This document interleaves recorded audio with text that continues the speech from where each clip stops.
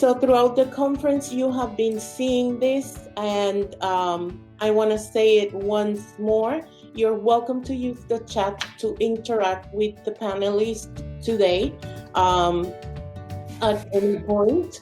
And while you're chatting, please remember our conference expectations. If you're someone that usually tend to stay in the background, please step out and make your voice heard. If you're someone who tends to talk a lot and participate a lot, please step back to make sure that everybody has a fair time to engage. If you need bilingual interpretation, please see below the presenter's window. You should be able to get interpretation in the language that you need.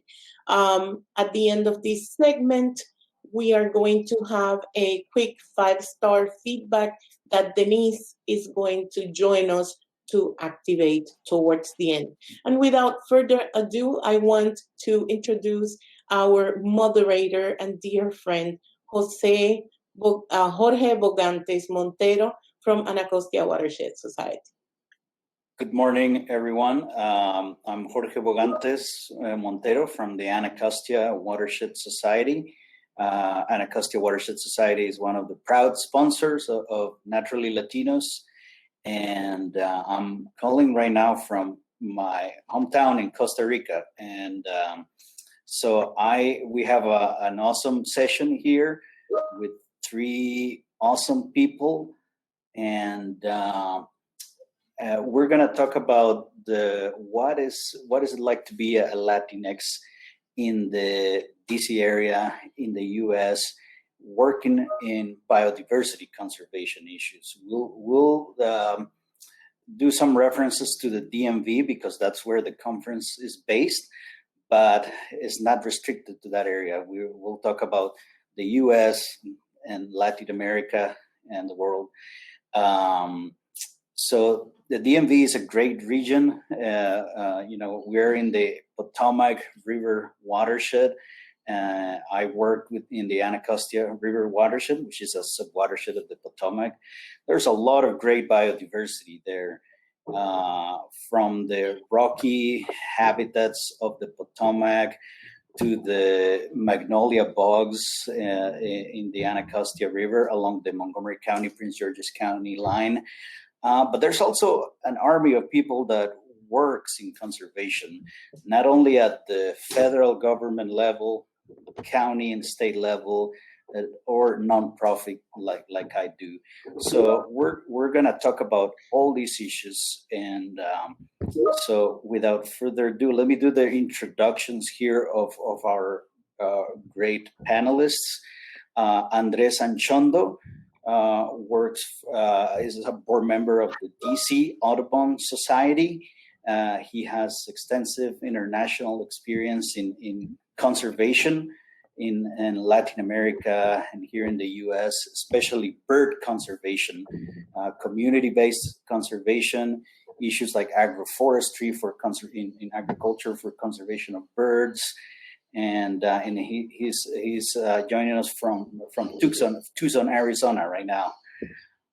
And then Serenella Linares, she is, as most of you know, she's the co-chair of Naturally Latinos, and she's the virtual education programs manager at Audubon Naturalist Society. Just for the ones that don't know, Audubon Naturalist Society is separate from Audubon Society. I used to have that confusion a lot, but just to know that they are 2 separate organizations. And Serenella has extensive experience in environmental education, science, interpreting, and communication, and also a very strong background in mycology, and that's one of her big passions, fungi, the fungis. And then Alonso Abugaras, I mean, he's the capital naturalist. If you are on social media and you're a naturalist, chances are you're joining his pages. I mean, he's an awesome biodiversity interpreter and communicator as well. I mean, I've learned a lot from him in the field. I mean, he's truly like an encyclopedia when you go out there, and he describes all kinds of organisms. And it's always a great experience to be out with Alonso, or just to read his stuff on social media. So, good morning, welcome you all, and I'm really excited to have you here today. Glad to be here.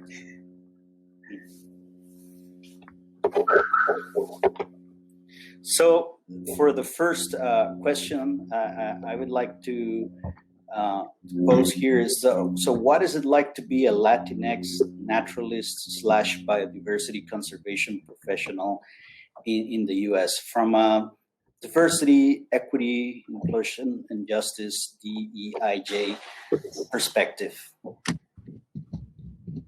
Who wants to go first?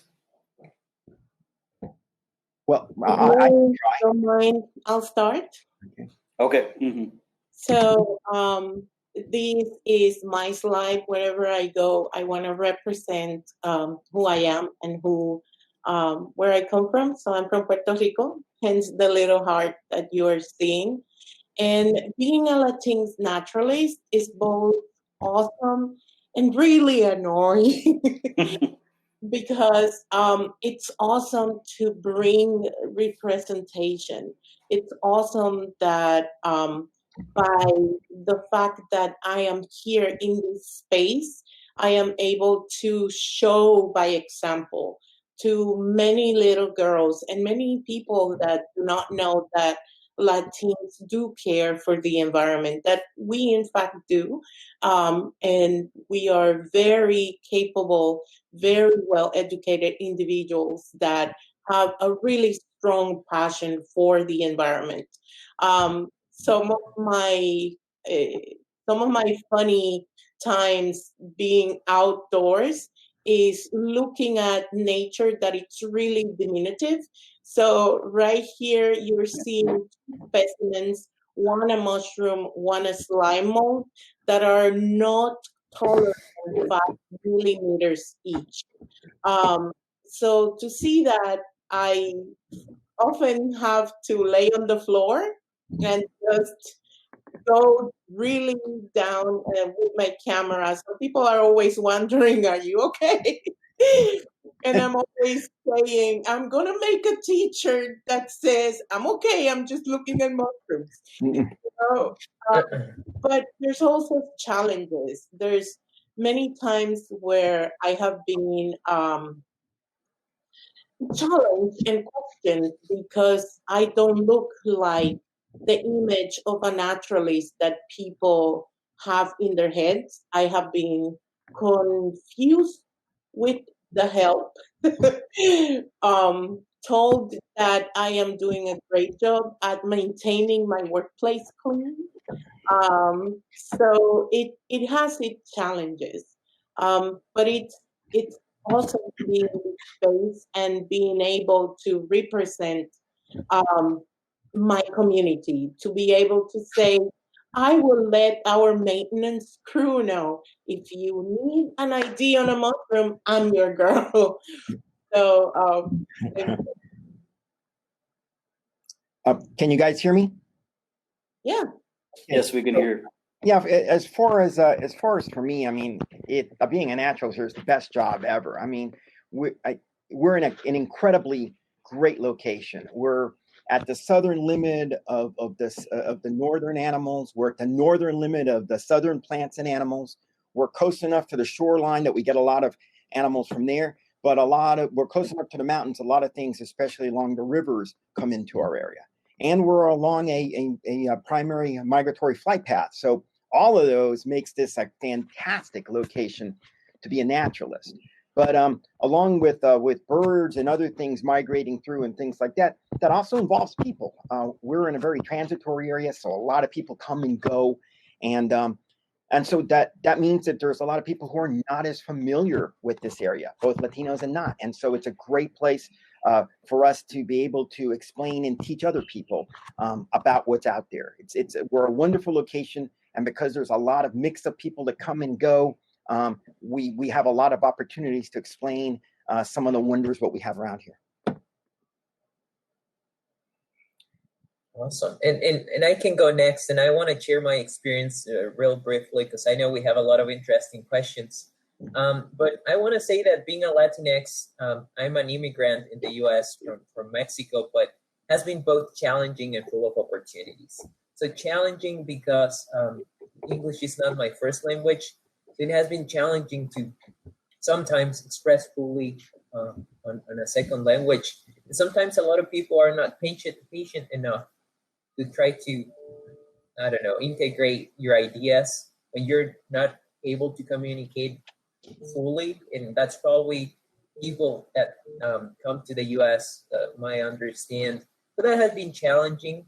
And it has been also challenging in the birding world that it's mostly white to integrate people of color. So that has been challenging, but it has also been a great experience where I have been able to contribute with new ideas, new perspectives. In my international work, it has been great to communicate with partners in Guatemala, Venezuela, Colombia, Ecuador, because they feel like, oh, that's a Latino in the US, and they feel like it's one of them, you know. So that has been great, and opportunities keep coming. And I think it's great that we have a community here of Latinos working on biodiversity. So yeah. Great. I would like to add my personal experience real quick. Coming from Costa Rica, where I am right now, my first job was as an eco tour guide. So I brought sort of that experience to the US, to the Anacostia Watershed Society. So I try to give people a tour. So either whether if we're planting in the wetlands, wild rice, or a tree on a terrestrial area, or just giving a tour of the Anacostia River, I try to keep that approach that, you know, I'm showing people the rich biodiversity of their region, of their neighborhoods, and I treat it as a tour, as if I was here in the rainforest in Costa Rica. And well, coming from Costa Rica, because it's a ecotourism destination and such, people have a lot of good connotations. So that has also helped a lot in my experience for on the positive side. And I know Alonso is a frequent visitor here to Costa Rica. Yeah. 6 times already. Oh, wow. And I'm hoping to go many, many more times. Awesome. All right, let's go with the next question. Oh, how about Serenella? If people can ask questions throughout the session, right? And we can answer them. So yeah, just awesome. Yeah, so just write your questions in the chat, and we'll be happy to address them. So the next question: how has your Latinx cultural background and upbringing help you bring new perspectives regarding biodiversity conservation to the table? And I have some. So go ahead, Serenella. All right. So, like I said, Puerto Rico is where I'm from. It's 100 by 35 miles, and it's full of diversity. I grew up knowing that it was a very unique place because being an island has that geographical separation that it's prone to speciation. So there is a lot of habitats encompassed in one little place, from mangroves to desert forest to the Yunque rainforest. And every single one of those habitats has a unique set of fauna and flora that lives in it.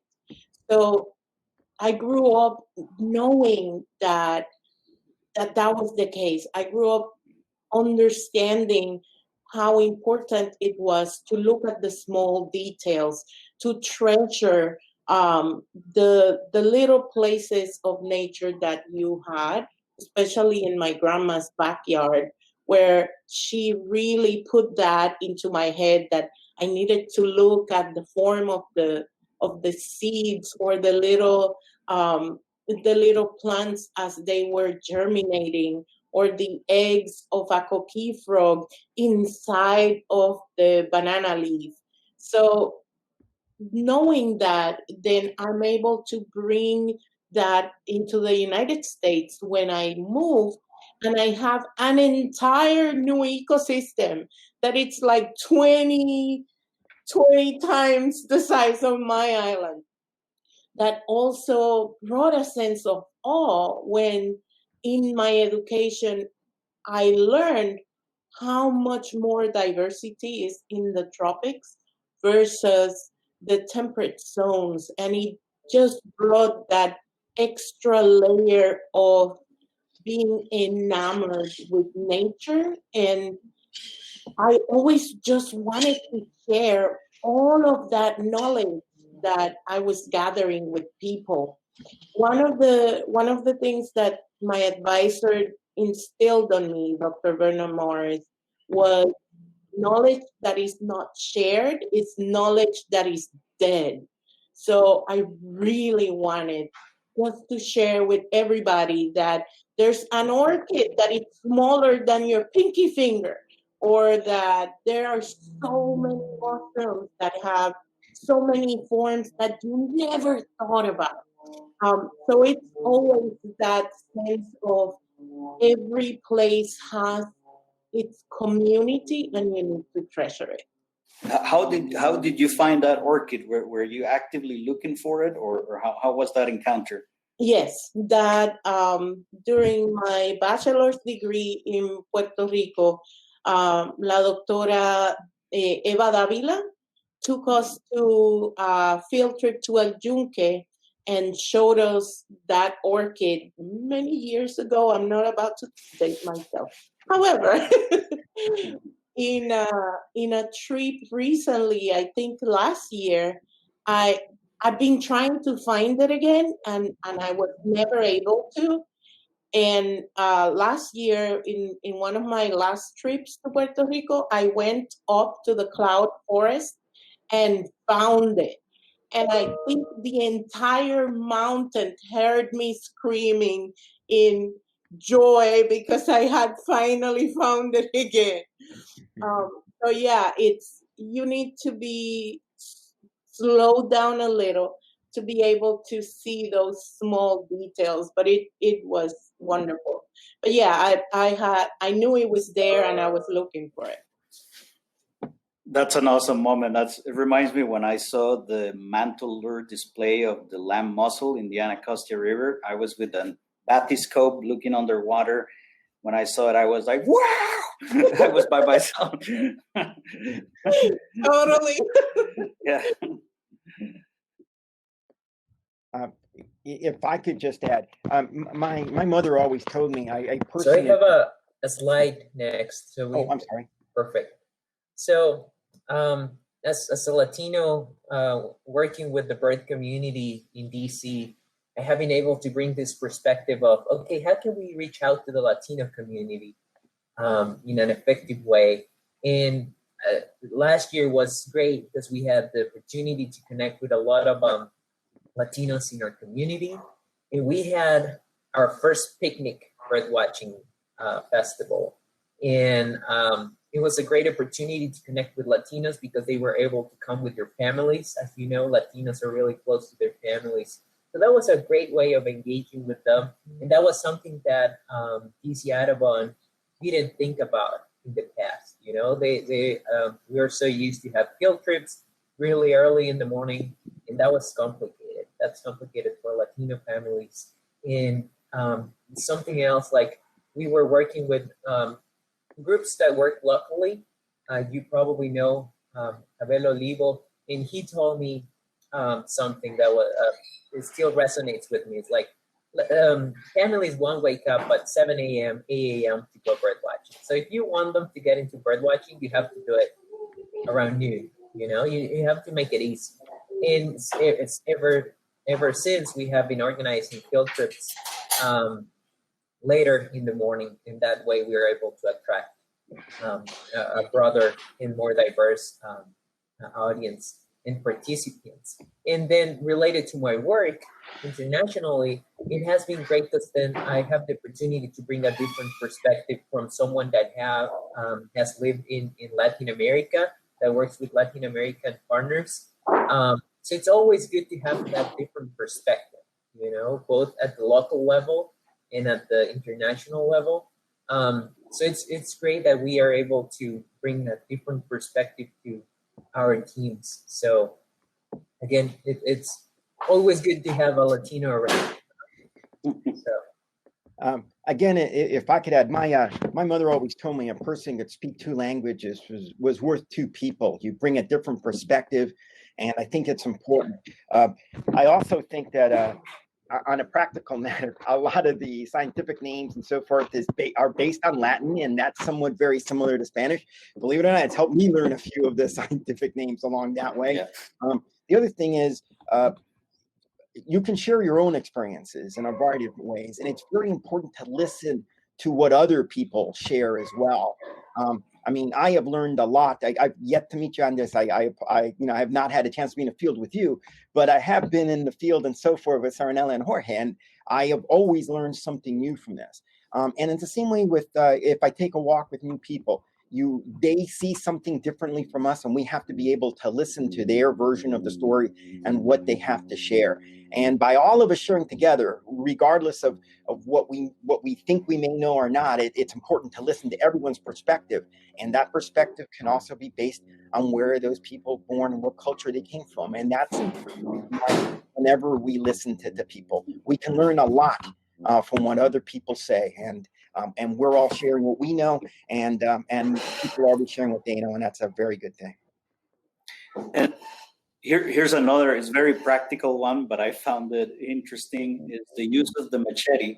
When we are doing restoration projects, in Costa Rica, people don't go out with a machete when you go into the forest. And when I started at AWS, we did a lot of invasive plant control. So I learned from people here in Costa Rica that work in the field, and they are super efficient at using the machete. And I learned a little bit of that and brought that knowledge, and people in the US were like, wow, this is so efficient. Of course, with all the safety measures and all that. But since then, I've been preaching the machete gospel, using it safely. Jorge, we have a question from the chat. Would you like to accommodate it now or wait later? Yeah, we can discuss it now. Yep.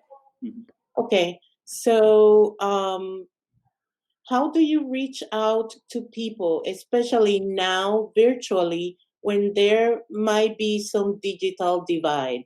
Thanks. Well, and Saranella, I think you can talk about that with all your great programs at ANS. Okay, thank you. So what I have been doing, my programs used to be completely in person.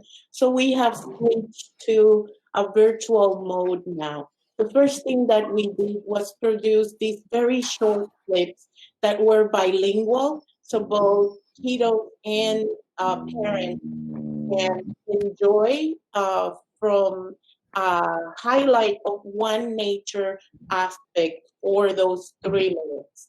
So that was the first.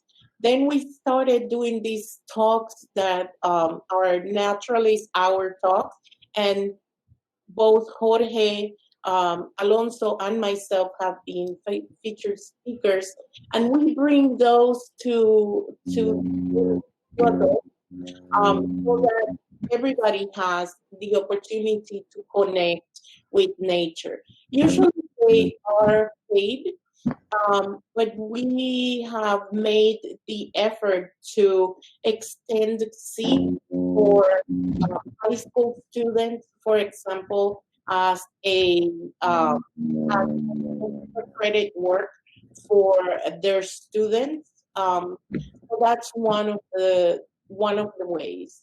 We also at ANS have reduced size programs acting as pods, where we have 6 to 10 people all together talk, wearing masks and staying social distance, but also bringing that additional component that although nature is with you everywhere and we can be facilitators digitally, you can also connect with that in-person aspect. And I would like to extend the time to the rest of the panel.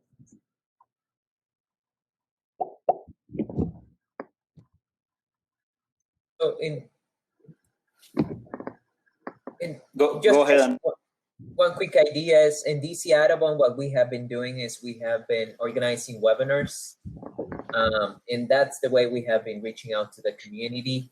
As Serenela mentioned, all of our work used to be out in the field. And right now we are innovating and we are trying to keep people engaged and in learning about birds. So webinars have been a great tool to do that. And we're just hoping to be back on the field really soon. Also, I've done some virtual walks as they were, and they can't be with you, but you can tell them where the location is, and they will follow up and say, "Oh, this guy saw this there," and then can follow up with whatever you can. You can be a virtual guide, as it were, and then they can go and visit the location at their leisure and look for the things, depending on timing, of course. I mean, if you're talking about spring wildflowers, you better go during that week in the spring, and you're not going to catch them. But that is something, and we're planning to do a few of those. We do these virtual walks, tell the people when the best time it is to go see them, and even if we're not there by their side, they can still follow along with what we've given them. And I think that's another way until we go back to normal. Yeah, and Yolanda Villacampa put a comment, thanks, and I'm just thinking of people who may not have access to computer at home. Yeah, that's the big issue here now during the pandemic. Yeah, unfortunately, it's been only for people that have access, so we're very limiting in that aspect. So that's really the downside of all this virtual programming.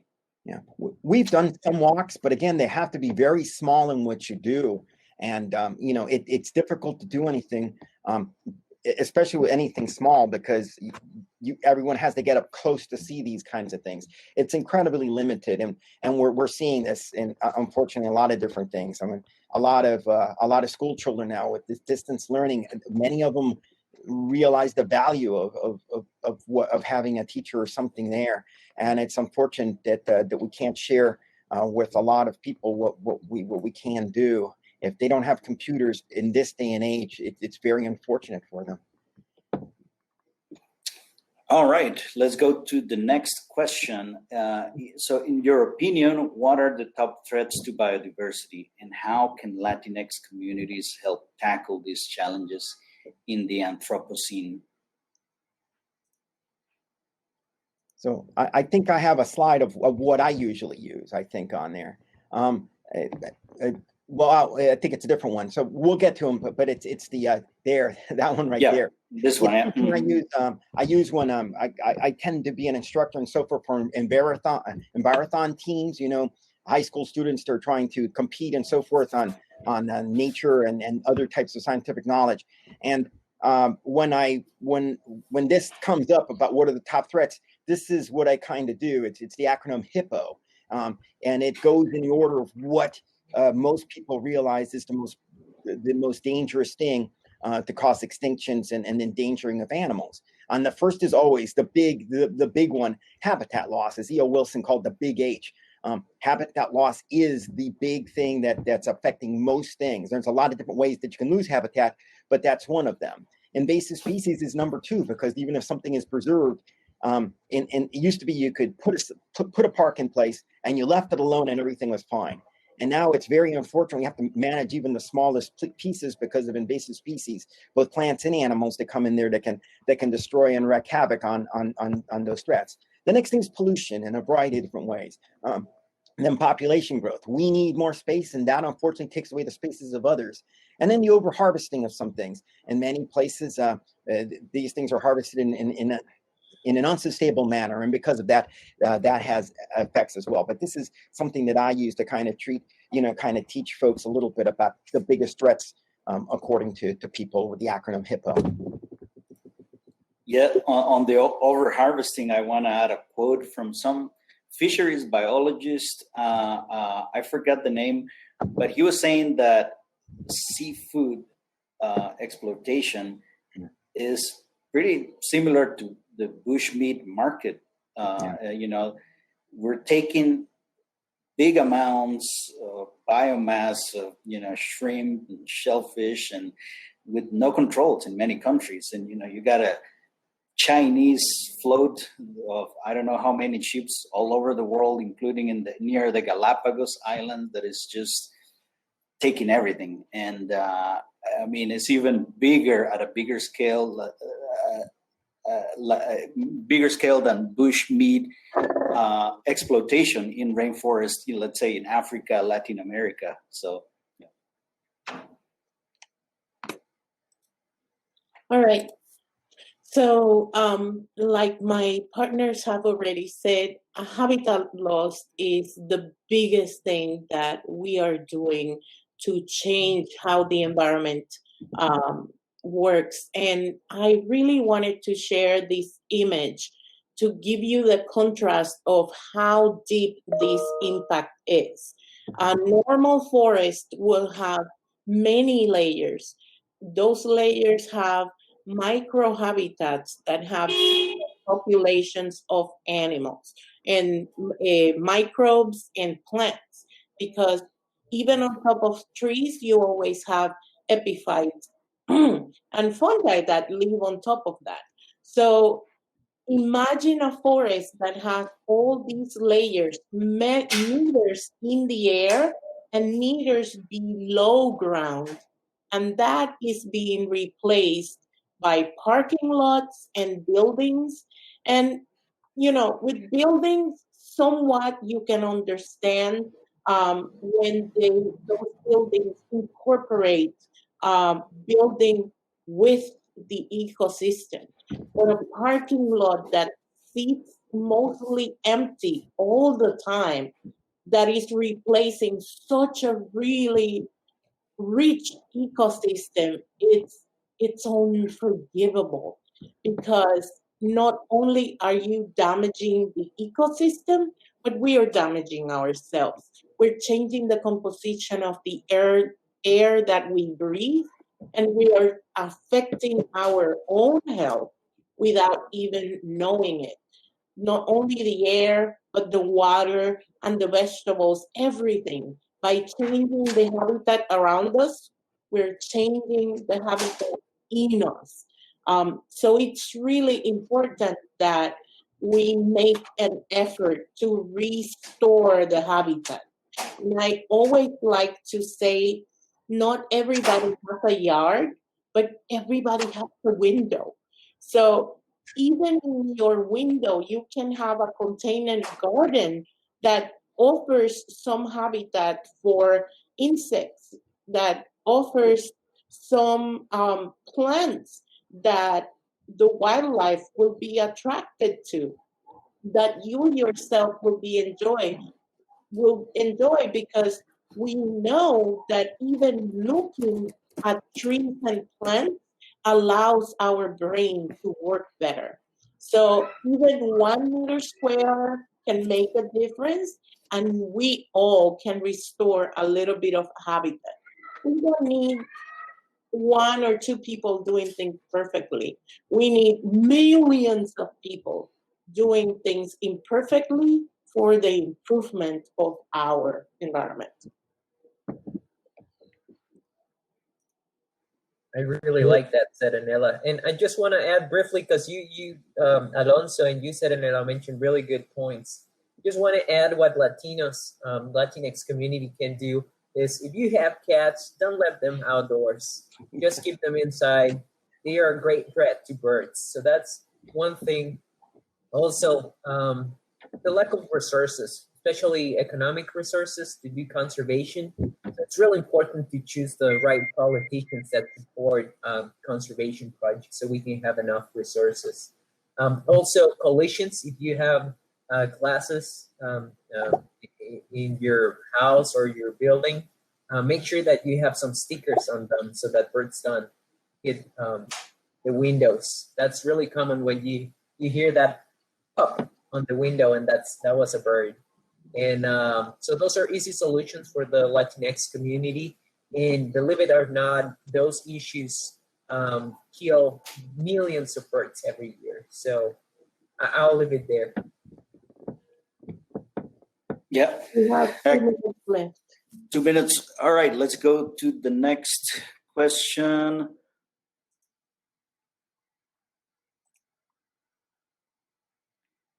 All right, this is a fun one. Tell us about your favorite taxa. Who wants to go first? Okay. I'm sorry. All I'm going to say is so many mushrooms, so little time. Go for it. Yeah.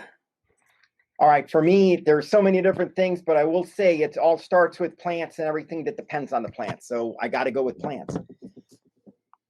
Well, and I just say birds. You know, there are so many. There are more than 10,000 birds around the world. So go for birds. Go birds. Awesome. Yeah. And what are your favorite biodiversity honey holes and why? And this could be, you know, in the US or in your home countries and so forth, or other countries. Well, since I didn't know that I was going to include my country, of course, El Yunque, but here in Maryland, it's Jog Bay, Patuxent Park, and Patapsco Park. Go Google Maps and it will take you there.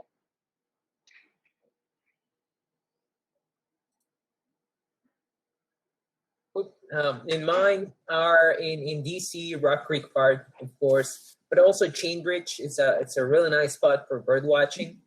And then the last photo that it's not showing there is Kenilworth Park. Someone in the birding community in DC call it the Sparrow Factory of DC. So all the great sparrows in DC you can find them there. So. All right, for me locally, it would have to be Huntley Meadows as far as a beautiful place in all different seasons. In winter, right now, look for waterfowl and other things, a bunch of different habitats, the largest park and the jewel of there. And frankly, if I had to go to another place, I visited more than I have my own country of Peru. It would have to be Costa Rica and Lake Caño Negro and the biggest pantanal in the world and the fantastic wildlife that you find there year round. Awesome. Good for gars, the Central American gar. There's a lot. And I love eating them too.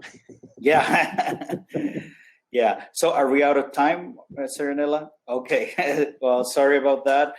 But yeah, so check our thanks, the sponsors, and yeah, check our websites, DC Audubon, AWS, ANS, and the Capital Naturalists for more cool naturalist stuff. Thank you so much, everyone who joined us, and thank you, the panelists. Thank you all. Thank you, Jorge, for bringing us together. Thank you, fellow panelists. Thank you, everyone, and take a look at the Black and Latinx Scholarship Fund. It's a great opportunity. All right. Thanks, everyone. Take care. Thank you. Bye.